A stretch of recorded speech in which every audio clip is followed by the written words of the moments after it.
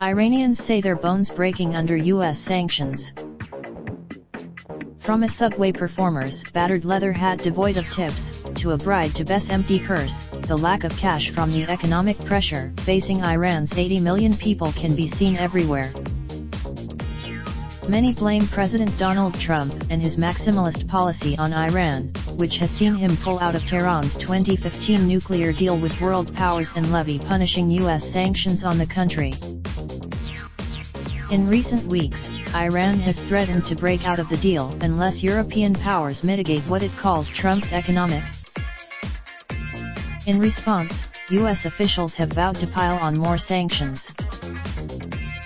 But alongside Trump, many Iranians blame their own government, which has careened from one economic disaster to another since its Islamic Revolution 40 years ago.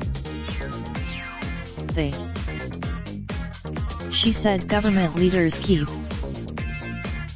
walking by any money exchange shop is a dramatic reminder of the hardships most people are facing.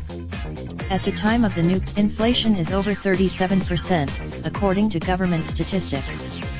More than 3 million. Depreciation and inflation make everything more expensive, from fruits and vegetables to tires and oil, all the way to the big-ticket items, like mobile phones. A simple cell phone win. Hossein Ristamai, a 33-year-old motorbike taxi driver and delivery man, said the price of brake pads alone had jumped fivefold. The richest part is true. Iran is home to the world's fourth largest proven reserve of crude oil and holds the world's second largest proven reserve of natural gas, after Russia. But under Trump's maximum pressure campaign, the U.S. has cut off Iran's ability to sell crude on the global market, and threatened to sanction any nation that purchases it. Oil covers a third. The rest of the country's budget comes from taxes and non-oil exports, among them oil-based petrochemical products that provide up to 50% of Iran's $45 billion in non-oil export.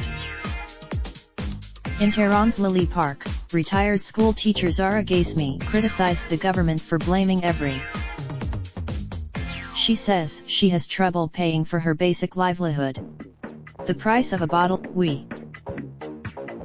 Years of popular frustration with failed economic policies triggered protests in late 2017, which early the following year spiraled into anti-government demonstrations across dozens of cities and towns. The current problems take root in Iran's faltering efforts to privatize its state-planned economy after the devastating war with Iraq in the 1980s, which saw 1 million people killed. But Oil Minister Bijan Zangana said earlier this month that the crunch on oil exports hitting harder today than during the 1980s war, when Saddam Hussein's forces targeted Iran's oil trade. Still, many Iranians pin the economic crisis on corruption as much as anything else. He added whose sanctions do cause some of the problems, said Jafar Mousavi, who runs a dry goods store in Tehran. But many of the woes,